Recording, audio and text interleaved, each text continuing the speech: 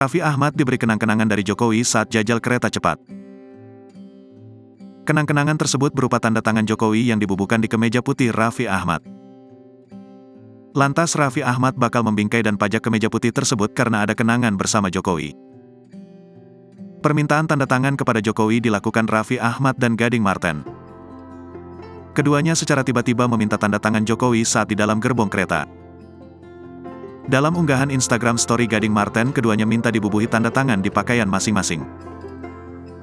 Gading minta jaketnya ditandatangani, sementara Raffi minta di kemeja putihnya untuk dibubuhi tanda tangan oleh Presiden Jokowi. Permintaan Raffi untuk dibubuhi tanda tangan di kemeja putihnya itu sempat ditolak Presiden Jokowi karena tak mau mengotori kemeja host kenamaan itu. "Pak, kalau saya mah di baju Pak kalau boleh," ujar Raffi Ahmad, Kamis, tanggal 14 September tahun 2023. "Jangan ah," kata Presiden Jokowi. Raffi terus berusaha meyakinkan Jokowi agar tetap membubuhkan tanda tangan di kemeja putihnya. Suami dari Nagita Slavina itu berulang kali mengatakan ini adalah kesempatan langka.